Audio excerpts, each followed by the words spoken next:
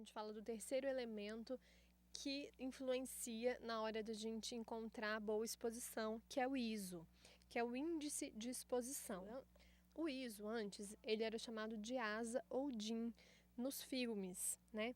Mas hoje em dia, nas câmeras digitais, a gente chama de ISO, é a padronização do índice de exposição. O ISO define a sensibilidade do sensor, ou, quando era chamado de ASA, definia a sensibilidade do filme. O que é isso, gente? Define o quanto de luz o sensor ou filme precisa para fazer uma boa exposição. O ISO mais baixo, ele é menos sensível à luz. Então, a gente precisa de muita luz para fotografar com o ISO mais baixo. O ISO mais alto é mais sensível à luz, por isso a gente precisa de menos luz para fotografar com ele.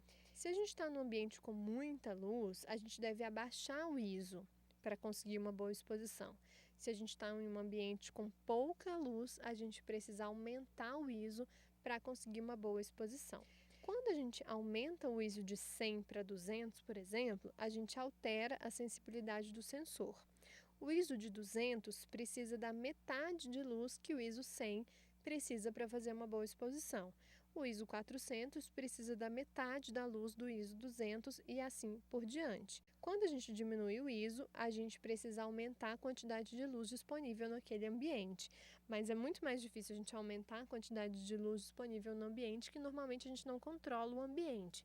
Então a gente muda o ISO da câmera. Escalas de pontos de ISO. Tem ISO 50, 100, 200, 400, 800, 1600, 3200, 6400, mas assim, gente, tem câmeras que vão a muito mais que isso. E depois tem o H1, H2, H3, que são ISOs mais altos ainda, mas não são recomendáveis que a gente use.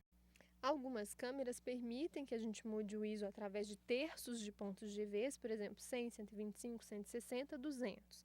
250, 320, 400. Né? Os branquinhos seriam os pontos de EV e os em preto, os terços de pontos de EV.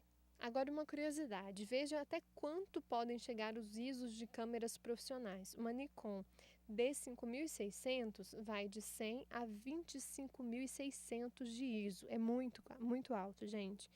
Canon 7D Mark II de 100 a 16.000, Sony A6300L, ISO máximo de 25.600, mas expansível a 5.200, a Canon 5D Mark também, a Sony A7S II de 100 até 409.000 de ISO, é assustador esse número. Nikon D5, ISO nativo de 100 a 102.400, mas expansível a 3.280.000 de ISO. É impressionante. Essas informações foram retiradas do site TechTudo. Agora, gente, ISOs altos permitem que o fotógrafo use diafragmas mais fechados ou velocidades mais rápidas. Com o ISO alto, a câmera não precisa de tanta luz para fazer a exposição, ou seja, pode fechar um pouco mais o diafragma ou pode usar a velocidade mais rápida. Se a gente fecha o diafragma, entra menos luz. Se a gente fotografa com velocidade mais rápida, também entra menos luz. Então, a gente compensa com o ISO alto. Tanto que os ISOs altos, a partir de 800, são chamados de ISOs rápidos, porque eles permitem aumentar a velocidade do obturador. Mas tem um problema, gente. Quanto maior o ISO, maior o ruído produzido no sensor. Na foto da esquerda, a gente tem uma foto digital com ruído, que não é bacana, né?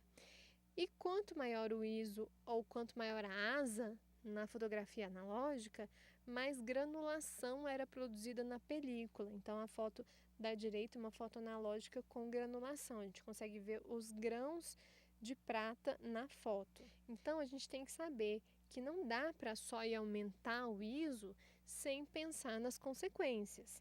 Quando a gente aumenta o ISO, a gente perde em quantidade de cores disponíveis e a gente traz um contraste menor para a cena. A gente também perde nitidez.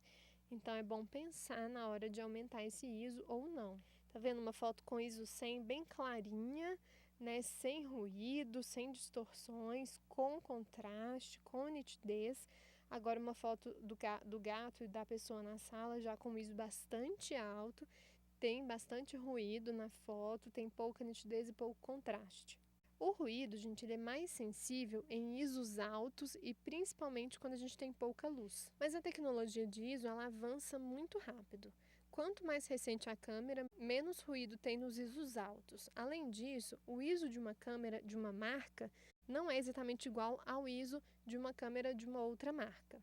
Tá? A gente tem aí do lado uma foto da Canon e da Nikon. A gente tem situações bastante diferentes em ISOs iguais.